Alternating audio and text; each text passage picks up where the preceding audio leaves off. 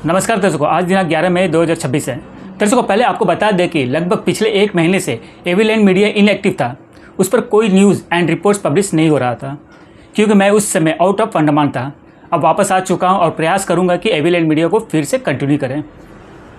दर्शकों, उस दौरान अंडमान में एक सेंसिटिव मुद्दा निकल कर आया और वो था great Nicobar island development project, जिस पर राजनीति भी चला और प्रोपेगेंडा भी। उस समय यूट्यूब और फेसबुक जैसे प्लेटफॉर्म पर कई वीडियो सर्कुलेट हुए जिसमें इस प्रोजेक्ट को इन्वायरमेंटल और ट्राइबल्स के तर्ज पर डिसास्टर साबित करने का कोशिश किया गया।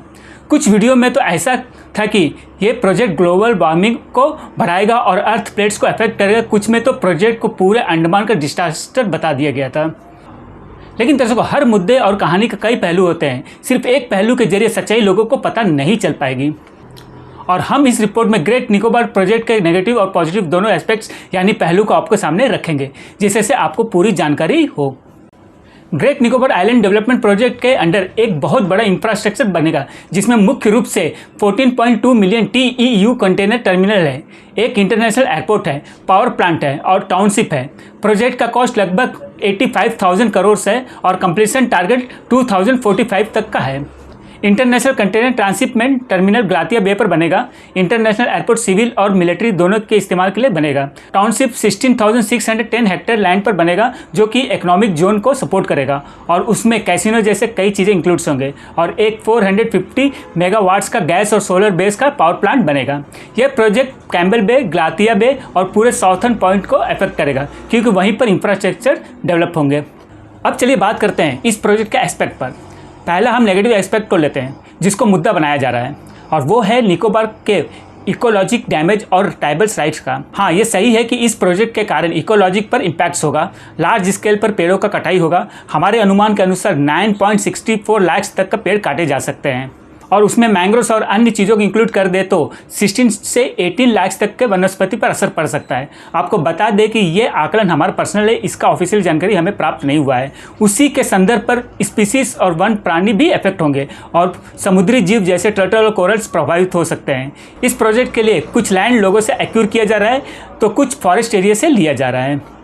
लेकिन दर्शकों, इतना वनस्पति प्रभावित होने के बाद भी अंडमान एंड निकोबार आइलैंड्स का फॉरेस्ट कवर 80% से ज़्यादा ही होगा। स्पीसीज और कोरल्स के बचाव के लिए गवर्नमेंट ऑफ इंडिया ने उसके स्थानांतरण पर काम करना शुरू भी कर दिया है। माने उन स्पीसीज को प्रोजेक्ट एरिया से हटाकर दूसरे स्थान पर शिफ्ट किया जा रहा है। ट्राइबल्स राइट, ट्राइबल्स कल्चर और ट्रेडिशन इम्पैक्ट के मुद्दे पर साफ किया गया है कि लगभग 10% ट्राइबल्स रिजर्व लैंड प्रोजेक्ट के कारण प्रभावित होंगे, लेकिन वहां के मूल निवासी और जनजाति प्रोजेक्ट क्षेत्र से बाहर ही होंगे। दर्शकों, फॉरेस्ट राइट एक्ट 2006 के अनुसार सोम्पेन लोग भी वन आरक्षित क्षेत्र के संरक्षण के लिए एकमात्र कानूनी प्राधिकारी है, तो उनका प्रोटेक्शन बहुत ज़रूरी हो जाता है। लेकिन निकोबारी ट्राइब्स आज के दौर में अर्बन कल्चर में एंटर कर चुके हैं। निकोबारी ट्राइब्स के कई लोग सरकारी नौकरी करते हैं और आम लोगों के बीच रहते हैं। उनमें से डॉक्टर भी बने हैं तो कुछ एग्जीक्यूटिव इंजीनियर भी। इसलिए हमारा पर्सनल मानना है कि निकोबार क्षेत्र में गांव में रह रहे लोगों का डेवलपमेंट भी बहुत ज़रूरी है और वो उसके चलते हुए भी अपने कल्चर और ट्रेडिशन को आसानी से सुरक्षित रख सकते हैं। अब हम बात करते हैं ग्रेट निकोबार प्रोजेक्ट के दूसरे पहलू पर, जो कि पॉजिटिव एस्पेक्ट है। यहाँ सवाल ये उठता है कि क्या ये प्रोजेक्ट इतना ज़रूरी है कि लार्ज स्केल में इकोलॉजिकल इफेक्ट होने के बावजूद भी ये डेवलपमेंट होना चाहिए। तो दर्शकों, पहले मैं ये क्लियर कर दूं कि अंडमान में आउटर रेवेन्यू जनरेट करने का बड़ा हब सिर्फ एक ही है, वो है टूरिज़्म सेक्टर। सच्चाई यह है कि पूरा अंडमान में टूरिज़्म और शराब के जरिए ही रेवेन्यू जनरेट होता है, उसी पर चल रहा है, जो कि अब चलना मुश्किल पड़ रहा है। जिस कारण पहले जो कई सब्सिडी लोगों को दिए जाते थे, अब धीरे धीरे उसे खत्म किया जा रहा है।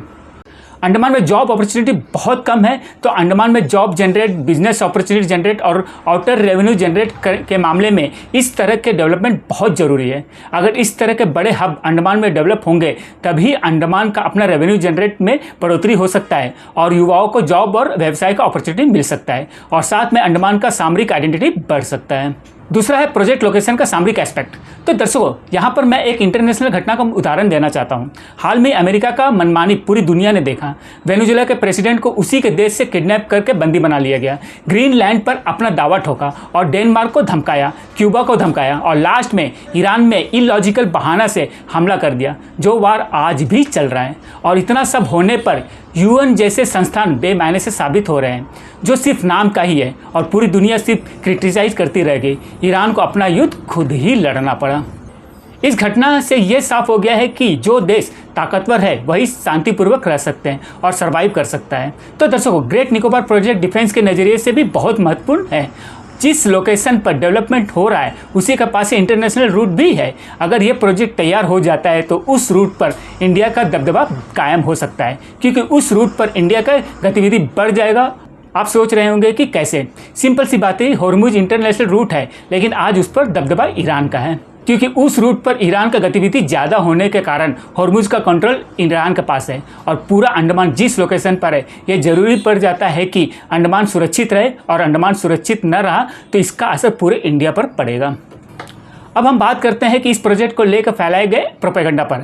हाल में ही नॉर्थ एंड मिडिल अंडमान के मेरे कुछ फॉलोअर्स के मैसेज आए और इस प्रोजेक्ट के बारे में पूछे, और ये पूछे कि एविल मीडिया इस मुद्दे पर चुप क्यों है। तो बता दूं कि उस दौरान मैं अंडमान में था ही नहीं। उसी दौरान मैंने ये ऑब्जर्व किया कि यूट्यूब और फेसबुक जैसे प्लेटफॉर्म पर इस प्रोजेक्ट को लेकर कई प्रोपेगेंडा बेस्ड वीडियो सर्कुलेट हुए, और ताजुब की बात यह था कि मोस्टली वीडियो आउटर पीपल्स द्वारा बनाया गया था, जो कि अंडमान के निवासी भी नहीं है।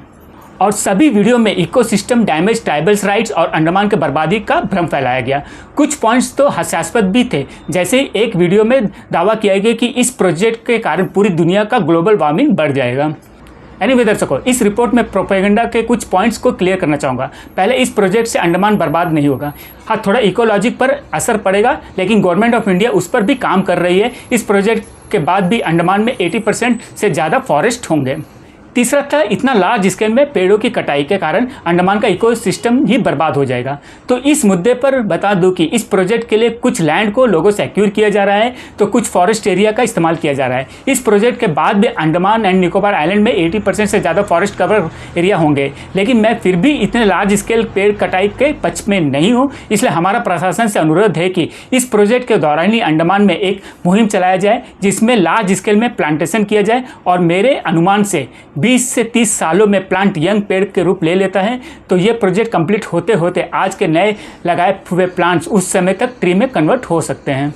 तीसरा था, यह प्रोजेक्ट सिर्फ अडानी को फायदा पहुंचाने के लिए किया जा रहा है। इस प्रोजेक्ट का अंडमान में कोई ज़रूरत नहीं है। तो दर्शकों, मैं बता दूं कि इस तरह का एलिगेशन राजनीतिकरण तक ही ठीक है, क्योंकि जब टाटा ग्रुप ने नए संसद भवन का निर्माण किया था तब सरकार पर एलिगेशन लगा था कि नए संसद भवन का क्या ज़रूरत है, ये सिर्फ टाटा ग्रुप को फ़ायदा पहुंचाने के लिए ही था। जब राफेल का मुद्दा आया तब भी सरकार पर एलिगेशन लगा कि अंबानी को फ़ायदा पहुंचाया जा रहा है, और अब जब great Nicobar project Adani group के अंडर है तो उस पर एलिगेशन लग रहा है कि ये प्रोजेक्ट सिर्फ अडानी को फ़ायदा के लिए है। तो दर्शकों, भारत में यही 3-4 कंपनीज है जो इस तरह के हज़ारों करोड़ का प्रोजेक्ट हैंडल कर सकते हैं। कोई छोटी मोटी कंपनी तो इस तरह के प्रोजेक्ट को हैंडल नहीं कर सकती। और जाहिर सी बात है कि जो कंपनी प्रोजेक्ट का टेंडर लेगा तो वो अपना फ़ायदा तो देखेगा ही, आफ्टर ऑल बिजनेसमैन है। तो ये सब राजनीतिकरण के मुद्दे हैं, इसका अलावा कुछ नहीं। लेकिन दर्शकों, ग्रेट निकोबार डेवलपमेंट प्रोजेक्ट का एक तीसरा पहलू भी है, और वो एक सवाल है, क्या great Nicobar development project Andaman और उनके निवासियों के लिए है, या फिर अंडमान और उनके निवासी इस प्रोजेक्ट के लिए है? शायद आप सोच रहे होंगे कि इस सवाल का क्या मायने है। तो मैं बता दूं कि बहुत मायने हैं। अगर ये प्रोजेक्ट अंडमान और उनके लोगों के हित के लिए है तो इस प्रोजेक्ट का लाभ और अपॉर्चुनिटी में पहला प्रेफरेंस अंडमान के लोगों का होगा। अगर अंडमान और उनके निवासी इस प्रोजेक्ट के लिए हैं तो अंडमान के लोग से इस्तेमाल होंगे, और इस प्रोजेक्ट का लाभ और प्रेफरेंस का फ़ायदा आउटर लोग उठाएंगे।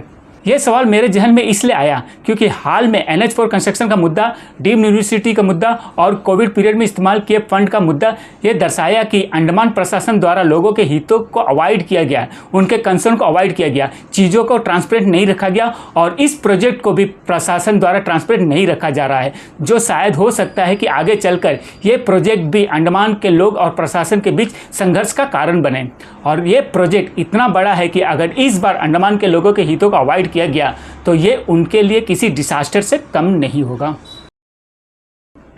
ग्रेट निकोबार डेवलपमेंट प्रोजेक्ट का प्रेजेंट स्टेटस जियोलॉजिकल सर्वे हो चुका है, स्पीसीज शिफ्टिंग का प्रोसेस चल रहा है, लोगों से लैंड एक्यूर का प्रोसेस चल रहा है और ट्राइबल्स राइट्स के मुद्दे पर कोलकाता हाई कोर्ट में इस प्रोजेक्ट के अगेंस्ट एक PIL दाखिल किया गया है जिसका सुनवाई होगा। तो दर्शकों, ये था हमारा पूरा रिपोर्ट। इसके जरिए इस प्रोजेक्ट को लेकर आप अपना राय बना सकते हैं। धन्यवाद दर्शकों। Pankaj Singh, AB land media से।